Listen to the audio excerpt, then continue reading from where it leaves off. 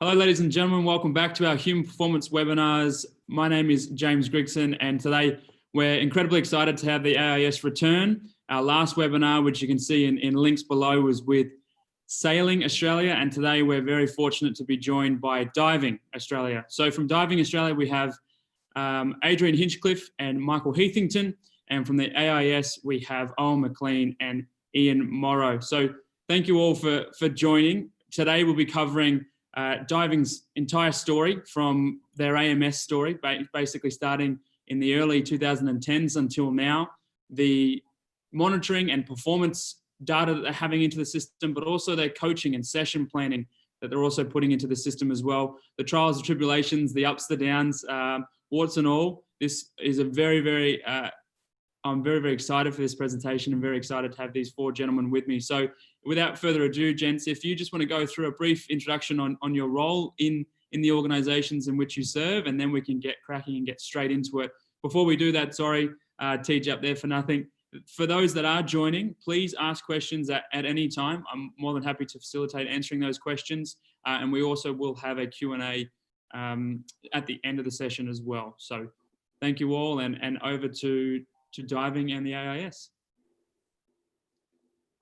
Do you want to start off, Michael?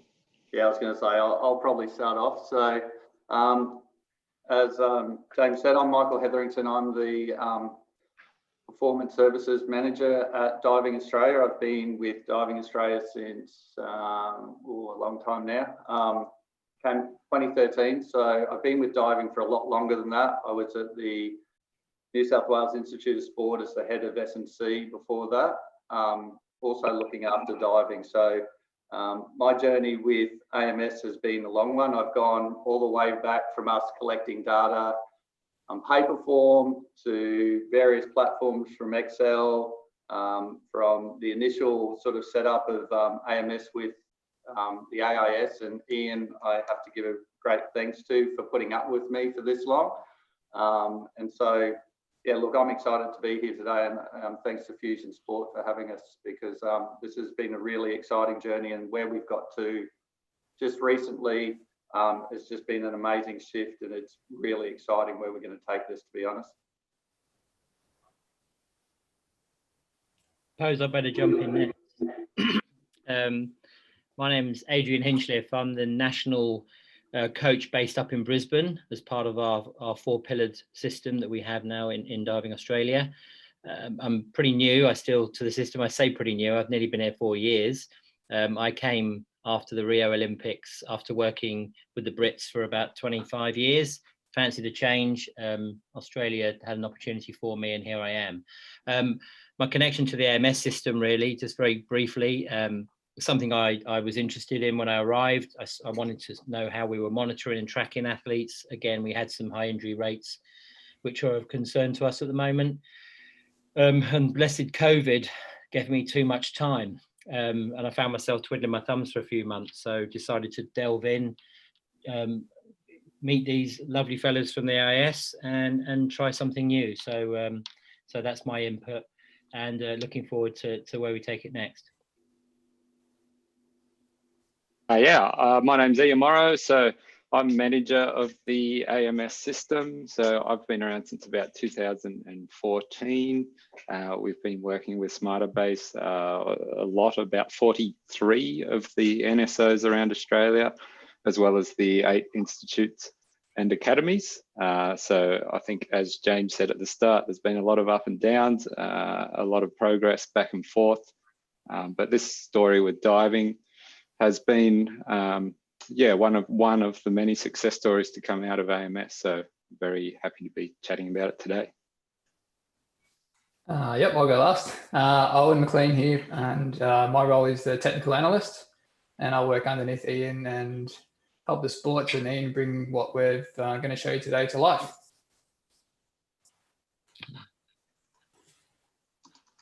Okay, gents. So I understand you've put together a fantastic PowerPoint, and Owen, job well done as well. Really upping the production value of these webinars. Please launch into what you've got for us today.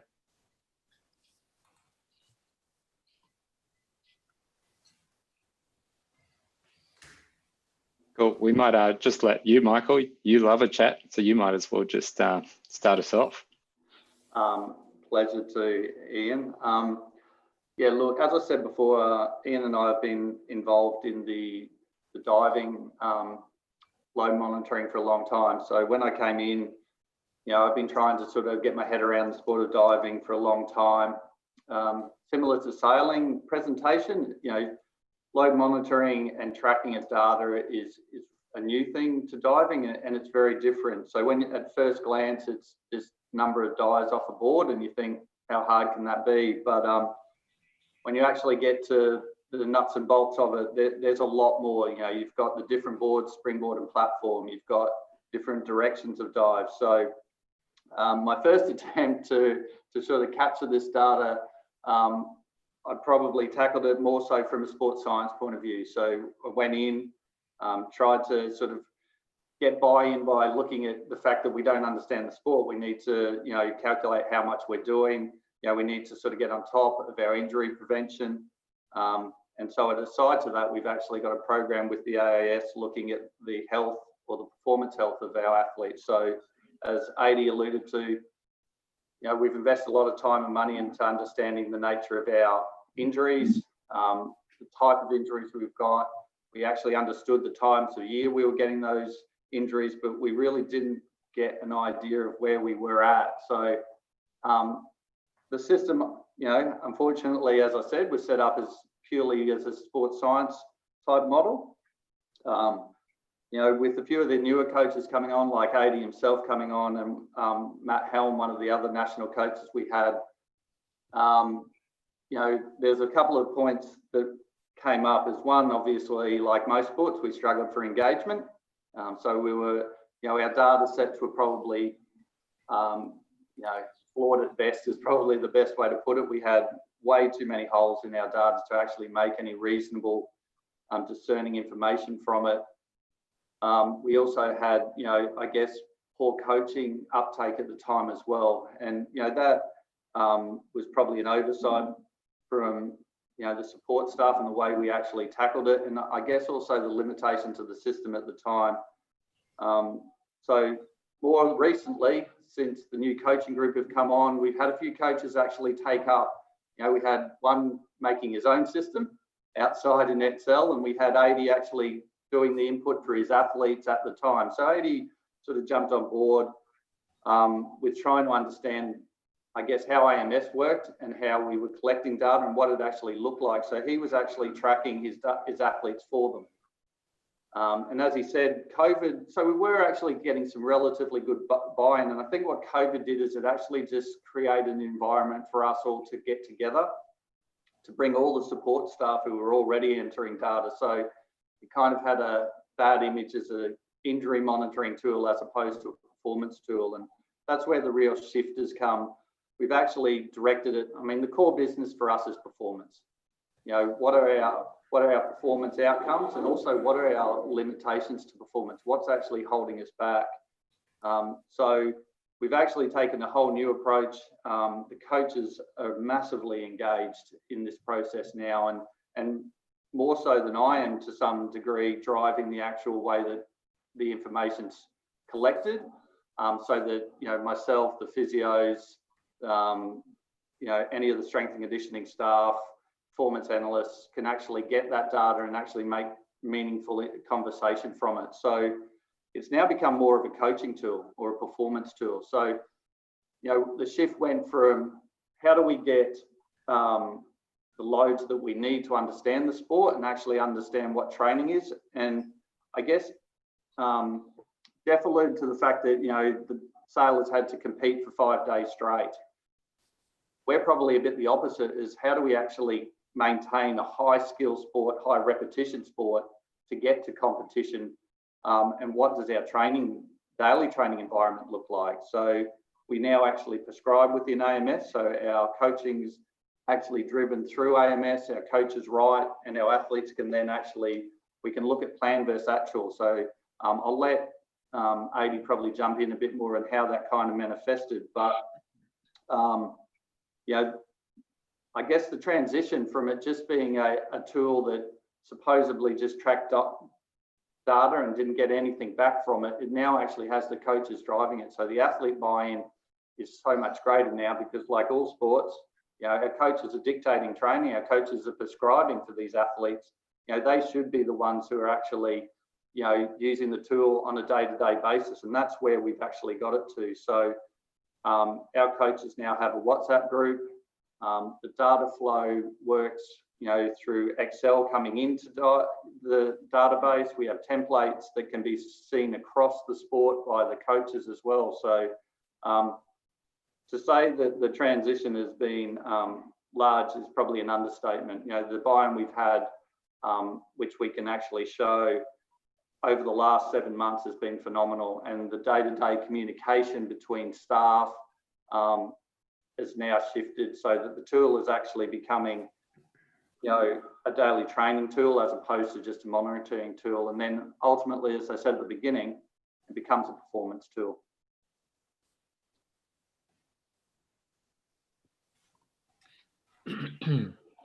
Adrian, Yeah, did you no. want to answer that? Yeah, I think that you know, that leads nicely into that number 2 on that list on the slide there today, which is around coach engagement. And as I said earlier, it was just really having too much time on my hands during COVID, where I thought, how do we get this right? And before even meeting the AMS team, I think coaches were quite often in the system saying to me, you know, this is just something that we have to encourage our athletes to do. Going back to athlete engagement, it's something that they need to be doing.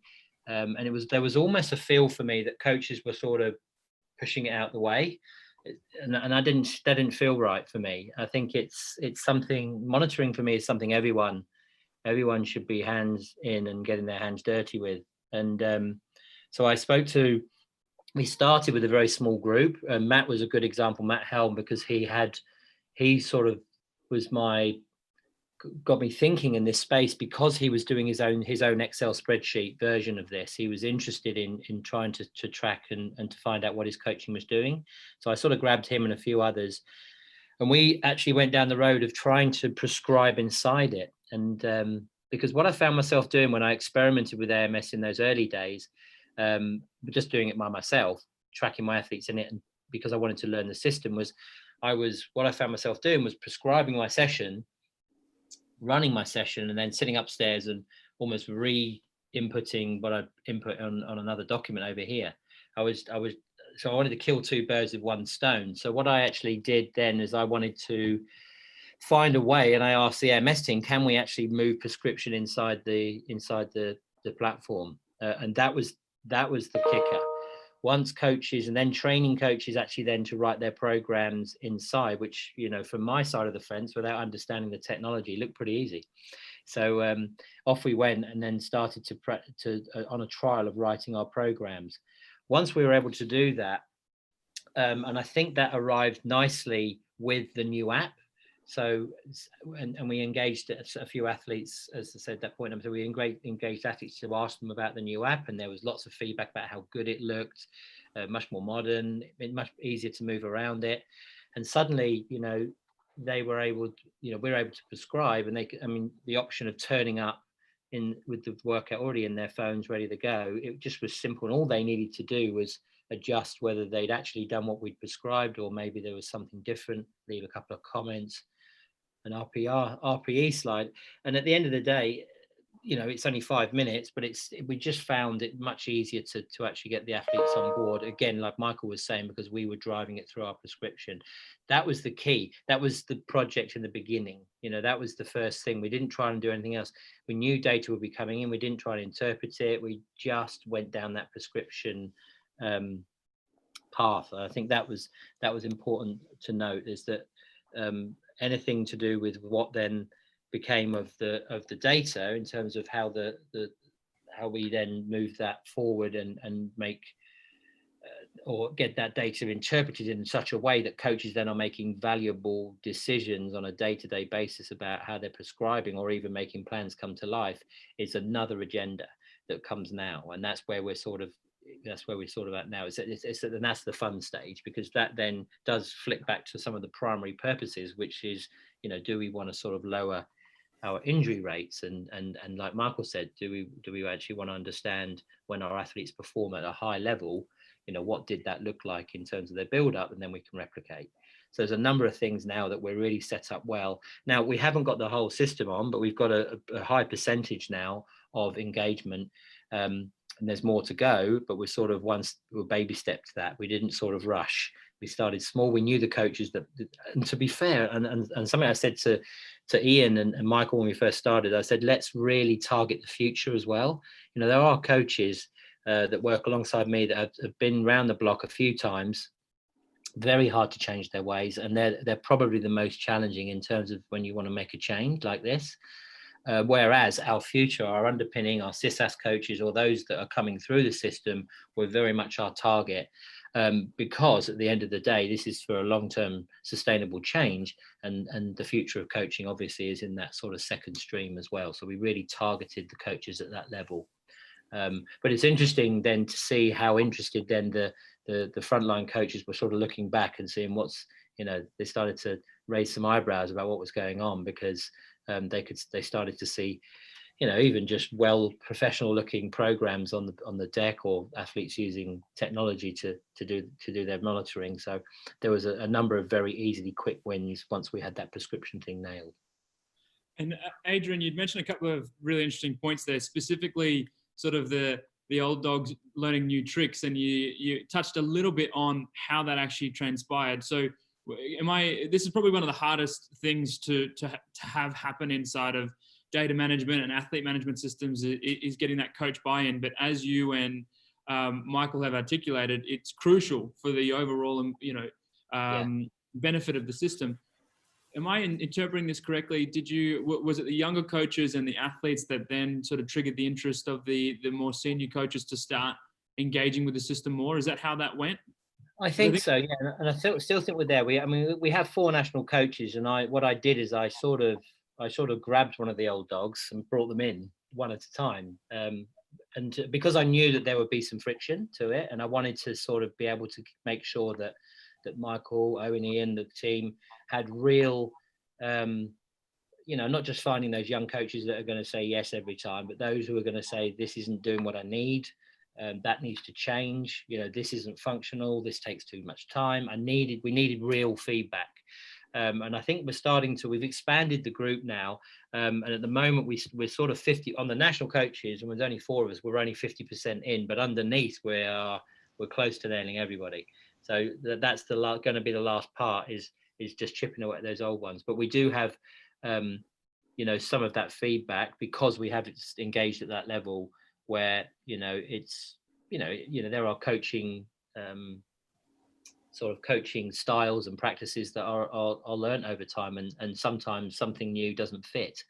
And there are still things that don't quite work even for us anyway. But the majority now, the good thing is that people are sort of, no matter how critical they might be of what we're doing or trying to change, everyone sort of understands that we've got to do something in this space, and it's just that we can't just leave it.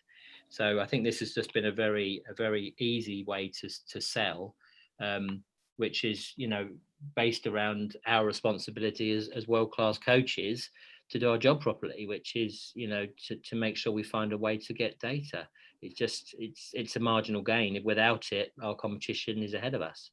With this, we can get ahead of our competition. It can give us information that I don't think, especially in our sport, which traditionally, as I said, I came from the UK. It was a headache over there, as in my sport, as I knew it was in others. Some were more successful than others, but this is the most interesting concept, and we sort of came up with it by accident. But the fact that we've turned it into a coaching tool where you actually, day to day. I mean, people have talked to me about AMS anxiety now, but anyway, we deal with that separately. But now to sit in front of a computer and plan and program, and actually with a little bit more thought and detail than before, I think it's improving coaching as well. So that prescription element was key before anything else could transpire. James, can I just jump in there and just, I guess, add on to that? One of the things that Adi, myself, and Ian and Owen and the team down there, one of the things, as AIS alluded to, that we're really conscious of this time around was making sure, even before we went out and brought the other coaches in and athletes in, to have a really robust system to actually take out to the coaches. I think the original version, I've been to a few workshops where this has kind of been thrown out, is that the system probably wasn't ready to be rolled out. So, you know, you always get, as I said earlier, you get the replies back, well, I'm not getting back anything back from this. I'm not, you know, why am I doing this? You know, and that was fair enough from both a coach and athlete point of view. So even with the coaching group, like really the original group was just myself, AD, Ian and his team. We actually had a fairly robust system to take out to the coaches, then to get their feedback. So in our weekly AMS meetings about the system itself, not about the data, we actually have brought in athletes, brought in other coaches and developed the system from almost, you know, using the metrics that were already embedded in it and how we could actually make it a tool that actually was a coaching prescription, but also then still came back to that monitoring and surveillance type of data that you actually need across the entire network. And you know, we've had a real win because of the way we've rolled it out this time, to be honest. And you know, as I said now, and AD alluded to as well, we've actually had coaches coming back to us about, can we just make these changes? You know, so it is like a day-to-day training tool now, where you know, there wouldn't be a day, AD, where we go by without a message in the WhatsApp group going, you know, is anyone having troubles with this, or can we have this added to it? You know, and the old one that Ian loves so much, can we delete a line? You know, so it is a daily thing. To actually have discussions on a day-to-day basis around AMS is actually, you know, quite amazing considering where we've come from and where we're at now. So the discussions are actually based around the tool as a coaching system and an injury and surveillance and a monitoring tool all in one. Yeah, and that's been driven by the fact that the coaches are actually driving the necessity to get updates in the program as opposed to the sports scientists, I think. And just for those that are watching on, we've got a graph up here on the screen. The number of prescribed dives inside of the AMS has just been exponential, really since April. So that's fantastic to see. I think, and for those watching as well, you know, from even a Fusion perspective, you know, having rolled out about 300 of these as a company, the points that are being echoed here are incredibly important. You know, obviously you need a system that has the capabilities, whether it's us or elsewhere. But then, you know, the engagement of key stakeholders and having those key voices that are going to drive the system and get buy-in from the athletes and the wider team, typically those are your coaches, are really good people to have on your side. So what Michael has done, what Ian has done, and Owen by bringing in Adrian, and Adrian being so open-minded to have those discussions, bringing in athletes to make sure that the system's right for those watching is crucial for a wider rollout of an AMS. I'm really keen, Owen and or Ian, on your side of things here and the journey that the system has gone through your lens. Yeah, it's a credit to the guys and how they've gone about it. Really, like you just explained, the wider behaviour change is something that a lot of people who implement an AMS are trying to achieve, and I think this is a really great example of them actually getting there. And like everyone sort of mentioned, they're excited to see where it's going to get to in the future, because it's only sort of just coming to life, really. Yeah, and from our perspective, I mean, it's really been one of the first times we have had such dedicated time from the coaches themselves as well as the athletes. So I think we've all learnt from lessons in the past few years where we've built something up and thrown it out at people and said, here you go, use this, to actually having a more tailored approach. And even though 80's a bit of a taskmaster, he throws 1,000 things at you every week. It's really helped us come back and target what the system is capable of now, and then also what we need to bring back to Fusion Sport to continue that development in the future. So it's really helped us set our priorities. I mean, from a Smartabase angle as well, we've actually used a lot of the features that a lot of people probably don't even know about so much things like the copy for next session, copy to clipboard. We use a combination of databases and search lists. Diving's quite a technical sport in that it has, what was it, Michael? There's like 1,200 dives or something that you can choose from. Yeah, and that's just in the water. So combine that with dry land as well. Yeah, our data points are certainly up there. Yeah. So I don't think a diving coach has ever prescribed as fast as this video is going, but there's definitely the whole engagement of having coaches in, helping them out, getting, screen time, just screen shares. The COVID situation has really helped us engage with coaches and get them educated in how to use the system and set it up in a way that works for them effectively. Yeah, so Owen, talk me through a little bit of what we're seeing here. So this is from a coach perspective. They're coming in and prescribing a session. There's elements to that session. Obviously, we're seeing rehab recovery. We're seeing the actual training session itself. We're also seeing a database function as well, whereby the coaches are able to select from a dryland template and have those dryland templates then populate a number of different prescribed dives or activities. Are you able to talk through a little bit more about how the prescription is working inside here? Yeah, so this is a video recorded by one of the coaches, and we've posted it up on online link where we can send this out and educate other coaches on the best practice on filling out a session and how to use these templates. And I think that's really key in another engagement point, where this is how you use it, not just this is the system and we need you to use it. This is how you use it and how you're going to get the most out of it. And like you said, the template integration that we've got here is really valuable, where coaches can save these templates that they would spend a bit of time, going through with the fine-tooth comb and getting their dives and everything all sorted and ready. And to have to do that every time is just painstaking, really. But with these templates, it's just a matter of bringing them in and applying them to their different athletes. We've also got the function where you can play with your own templates out in Excel, which might be a bit more familiar for some users, where they can alter their sessions and templates and import and export with that paste from Excel function. I think that's really been another valuable use in there as well. Very nice. Yeah, I think this is just one of the first times that even coaches can share the templates. So they're actually sharing some of the knowledge that they're building within AMS as well. It's exactly what I was going to say. And one of the things I think that's going down, this is relatively quite new in the development, is that the option to go out to Excel, although some coaches want to keep some of their stuff private, they don't have to share that. They can bring their workouts, but then here we can see on the screen the templates that we actually create inside. There's an opportunity for us to see what each other is doing, and we purposely did that and made that a thing so that we can actually share what each other's practices, which has a coach education link moving forward. So once they're prescribed, we can also bring out the prescription into a PDF. So A's been taking his PDF down to poolside and feeling really professional with that in front of his athletes. And so it's not just a wasted effort of the information going into the AMS system and you never see it again. It's coming back out and it's usable.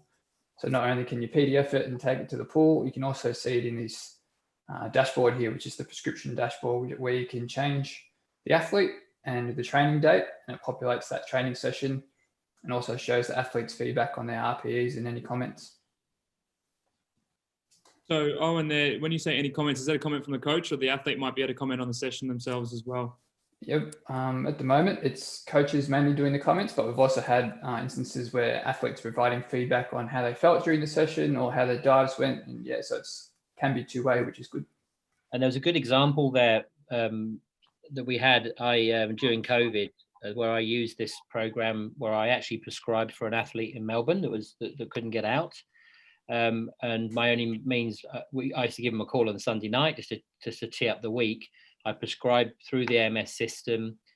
He would actually he liked to print to PDF and print the sessions off for himself, but he communicated me through the week through the system. So the only communications I had with him from the between the Sundays was him feeding back to me inside the system, which was a bit of a test for it, and it worked really well. And we just had a question come in about the athletes getting that session on their phone as well. Is that common for that to take place? Yeah, we have a mixture. I mean, obviously we're dealing with the wet environment in diving once they go out into the pool. So that's one of the reasons I tend to use the PDF rather than the phone. Obviously they do all their feedback through the phone, which often is done at the end of the session. I think some of the other coaches are using have a way in which they are using phones and iPads to keep it paperless. We're exploring versions of that. So there's a bit of both going on, I think, at the moment. So this is another example of the dashboard where we call it the front page dashboard, where as soon as you log into AMS, this is what you're presented with, which is just a really nice overview of what's actually happening on AMS, or as the heading suggests, the engagement that we're having with AMS. So the coaches who are prescribing their sessions, that falls into on the right-hand side where it says water and dry land. And then the athletes are filling in their wellness and training log on their app, on the new AMS app. And that falls into the wellness and training log sections there. You can see we're having some really good engagement. And the second section below that's just the day in more detail. And they are some really good engagement stats, and maybe this might be something for Michael or yourself, Owen. Have you found the engagement increasing once you've started to push more diving-related, training prescriptions and things of that nature to the athletes on the mobile app? Has their engagement to wellness questions or training logs increased by virtue of implementing the actual training prescriptions onto the mobile app itself? Yeah, definitely. I think one of the things, as we've all alluded to, is visualization of it looks a lot better and it's far more engaging.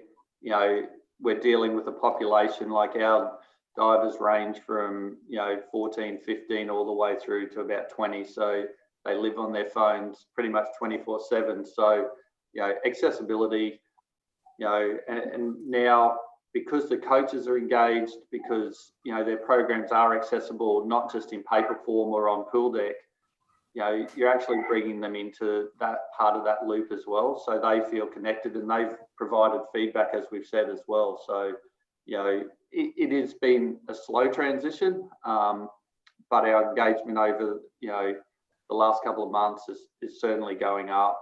As you can see from that, when we started this process, it was only coaches entering data. And then now it's coaches and a combination of athletes. And now the athletes are actually starting to fill out, because, there's still some prompts that come each week, but, our engagement is certainly increasing. And look, it will only further increase now that we've actually got a platform where all our meetings are going to be sort of delivered on this information. And then also when they go now to their physio obviously will pull up this information as well. Their S&C is being pulled in by Team Builder now. So, it's pretty hard to, I guess, escape from, their data, and they certainly are on their phones all the time. So, it's been a massive drive for us to obviously get them engaged, and also, again, making them part of the solution, I guess, because it was one of the criticisms from athletes was, well, what am I getting back? So you now no longer can do that, because all of the reports which we'll go through are actually accessible to them as well. So for me, transparency of data was actually really important. And, we had discussions early on, what data should the athletes be able to access? And they can access all their data. It's their data, let's be honest. Mm. From a technical point of view, this is just a really good oversight of the data that's actually going in. You're not only just getting the ones and the crosses, you actually can click on these ones and crosses. And unfortunately, I don't have a live demonstration ready to go, but you can click on the one and it brings up what that session is or how their wellness has been filled out. And you can actually look into the detail straight away as soon as you log in, really. Yes. It's very interactive. And I think that's important to note in that training log section, that's anything from, that could be them having a day off, or they're missing training, obviously we see the wellness there, but that's also engagement, as Michael said, through their S&C program. So the load that's coming in and the data from their strength and conditioning is also included. So we've got all elements of load coming in from strength and conditioning, from our dry land training, and from what we're doing in the pool in combination to give us data that we can use to then make decisions about future prescription.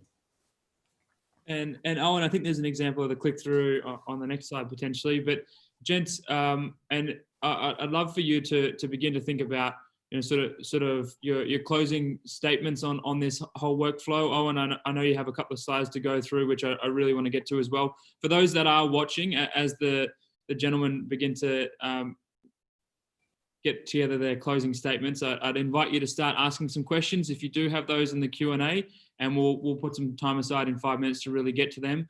But Owen and or Adrian or Michael, please feel free to sort of get anything else off your chest about the journey through AMS or the actual end product that you have right now, or even the future of AMS that you see as we begin to wrap this webinar up. I mean, for me right now, as I said, now we're looking at, with what we've moved away from, and we can't overlook the amount of time that was spent on making sure the prescription side of this worked, because that was a key. Because once we had data flowing in, then we, that's when sort of Owen appeared as this guy and was able then to sort of look at the way in which we would present this to the athletes. That was feedback, and they wanted to know, and they wanted something back from it. So, and it was as simple as, I remember the words pretty little pictures used in the early days to make sure that they could understand and could see what their training looked like, but without confusing them too much. So there was appropriate feedback for athletes, and then what we needed for our support science and our sports scientists. I think that was key. In the future, I mean, today it's interesting. With this webinar, I found myself with a day today where I'm absolutely bogged down, and I'm experimenting with it, different ways of using it. Today, I've asked the athletes to prescribe their own session this afternoon, so they themselves go in and learn how to do that. And it's interesting how we have those different age groups, how the different interactions. Yes, maybe with the younger ones, you've got to spoon feed a little bit more, but the older athletes end up running with it, and great conversations then spoil out of some of the data. But that's where we're at now. I'm literally was talking to Michael this morning about, this now really should be formulating how we report weekly, how the team reviews a week, how we move forward into the next week, but also reporting up to performance directors and letting people know about, recoveries from injuries, performance, how we've prepared into competitions. This data needs to be now pushed out into the right directions. And I think that's probably what's next is now that we have the pretty little pictures and the data, not only we making decisions day to day, week to week, back what I'm designing for coaching and how I'm moving my athletes in a plan, but also what am I doing to keep the appropriate people in my team informed, whether that's the direct support team themselves, or even, as I said, other national coaches and performance directors.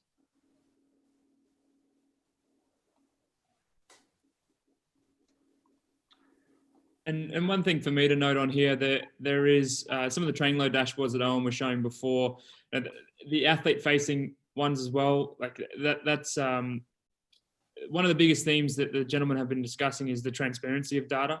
And Adrian, you sort of discussed how that transparency then provides more platform for communication and sharing, and it's within the coaching side. But then for the athletes to be able to come in and see their load and their dives, there was ones before about the amount of dives that they've done at certain medias, and I'm sure that's highly relevant to the athletes and something that's going to keep driving them back to the system. So, I couldn't commend you guys enough, just as somebody who gets to see what working for Fusion and gets to see what everyone else does. This is transparency at the highest level, and it's wonderful to see. So with that in mind, was there any other comments, Michael, yourself, or Owen, or Ian, Adrian, that you wanted to get off your chest before we close things out here? Yeah, look, James, as Adi alluded to, one of the big things for us, obviously, is communication across our pathways and within our networks. And although we haven't sort of gone into, the sports science side of things in terms of, how that feeds into the system as well, one of the unknowns for us is, the impact of what training looks like in terms of, not just dive numbers. One of the things that, you know, people possibly don't understand is like we're tracking more than just one load. So, you know, each of our divers has between 5 and 6 dives in varying different directions, which has an impact on their physical health, their performance health, and, you know, in terms of now having some really clean data that we can actually utilize from a day-to-day perspective, bringing an athlete back from injury now is so much easier, because you'll actually find at times where one particular dive may actually have no load at all. So it's not as simple as just going, oh, you've got 100 dives today. It's actually what contributes to load. And they're the things that we're actually starting to learn. And I think, as I said to Adi at the beginning of this, it doesn't change coaching. We're not trying to, you know, take away the coach's job. We're actually just trying to be more informed about the decisions we make. And it really is about informed decision making. So as Adi said, you know, if we're actually able to see how we prescribe, see how the athlete's dealing with that, we can actually make some informed decision with all the information, not just going, okay, well, this is what we did today. And that's been the real shift for us. And then moving forward, obviously, you know, how the physio information integrates into that, and how those reports on a daily and weekly and monthly basis to all our key stakeholders actually informs performance. And again, I come back to our ultimate goal is for all sports is, you know, keeping these guys fit and healthy enough that they can perform.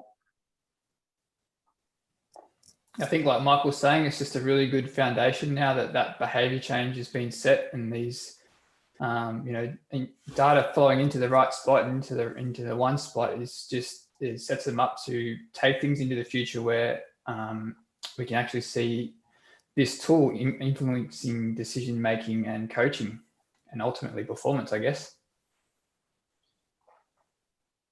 I mean, my final comments would be that the fact that we have a regular check-in with this team on a weekly basis, because it's just alive. It's not something that was, okay, it's done and off we go. I think having the scientists behind this and a place where we can just check on and tweaking, endlessly tweaking, so that we can keep this thing alive as we move forward has been a real gain. And I think now we're moving into, you know, having presented data, we've got, as we can see, a lot more data coming in. We're actually needing to make good decisions about how we then report that back to athletes, as I said. But also one of the fun ideas, I think that communication, and as we said, there's the additional communication of managing the coaching group, which is done by, we tend to sign one of us off that brings it into a WhatsApp group. And we've actually run Teams meetings with the coaches to really make sure that we're engaging feedback, and we've engaged athletes as well, who I think in the future will have more. We may even have an athlete in that regular meeting. I think that without that, it doesn't work. That communication is essential. And just lastly, I know I ramble on, but this is very exciting for us. A new idea as well is actually going underneath categorized athletes into our talent pathways, further down into the system, and developing simple Excel methods by which we track our divers right from the lower end. So we're training and educating a tool, and we're hopefully going to come up with this whereby when either the coach or the athlete moves into this level, the data can be brought through and they are teed up and ready to go with something like this. They're not just walking into it and having to learn from scratch. So we're still thinking about methods to educate pre getting near AMS as well. So there's lots of good things going on in that space. That's fantastic. We have a question come in from August, and August has asked, looking at your load monitoring, seems like TRIMP is mainly used, correct? ? Is the underlying calc the same for in water and dry land, or other modes the same? If so, given the different demands of in water and dry land, do you treat the loads for each training mode equally? That might be a question maybe for Michael, or I think that's a question for me. Yeah, no, we definitely don't treat our loads differently. So we're fortunate enough that, you know, each dive and each skill actually has an intensity type built into it. So, you know, we actually able to allocate a load to it through the DD system that comes, like the degree of difficulty, but it comes with each skill that they actually have to perform. We then obviously also take into account whether it's platform or springboard as well. So yeah, look, it is when you actually drill down into the data itself, it's a lot more complicated than just the number of dives.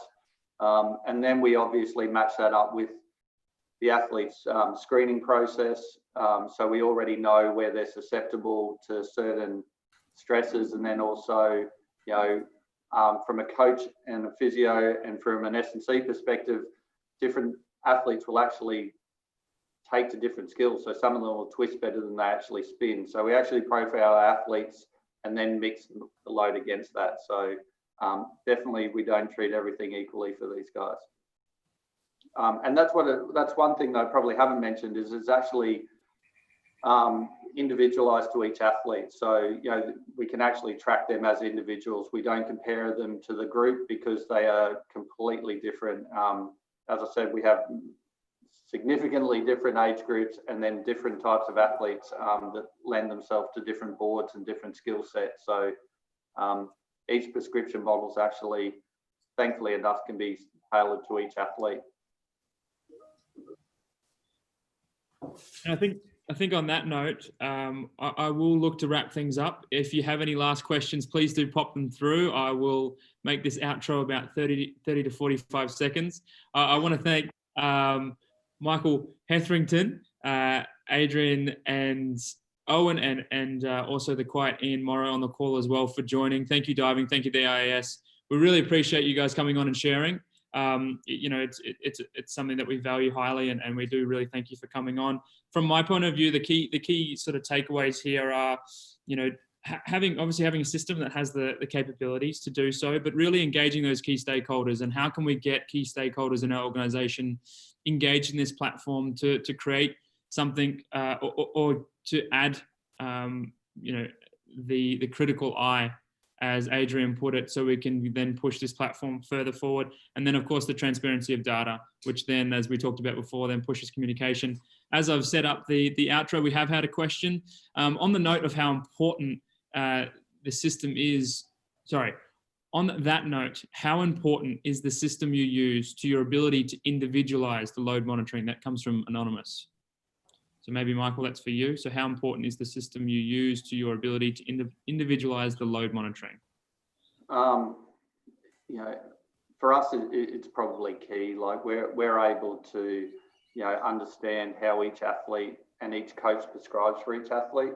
From a performance directive point of view, it also gives us an understanding of what the demands are from a weekly basis for each athlete. And I guess the other really important thing is now for our support staff to understand the loads. So if, for example, we have something that flags within our system, our key support staff will actually get that information as well, and then be able to work with the coach to, work around prescription. And that's one of the things that we've tried to do more, I guess, of late is, integrate our support staff so that they're having say into the individual prescription of each athlete as well. So I think you would go up to Bill can help that quickly as well, and say, Michael, that we've actually got examples by which, and I think as coaches we find ourselves trapped in our normal way. We've always done it this way. It's very dangerous to get in that place, but we do it.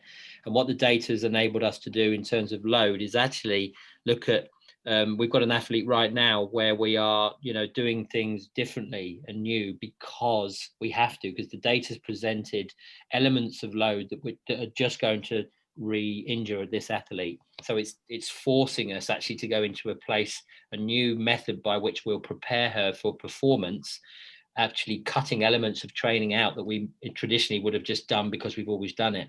So that's a good example where the load has given us information to redesign the way we actually independently help this athlete to a performance. Just quickly too, just on that point, James, is one of the things that probably has never happened in diving before, in that particular athlete's case, is like the support staff have controlled a significant part of that actual load monitoring and the diving prescription, not the actual dives themselves, but how that actually works. And, it really has become a team effort on that one, which was, again, in the past, it's just, you go out of rehab, you end up back in training, and then you end back in rehab. So it's changing our pattern of behaviour, as Owen has alluded to a few times, and it certainly has created more of a multidisciplinary team approach, and then definitely influences the way we actually individualise our programming.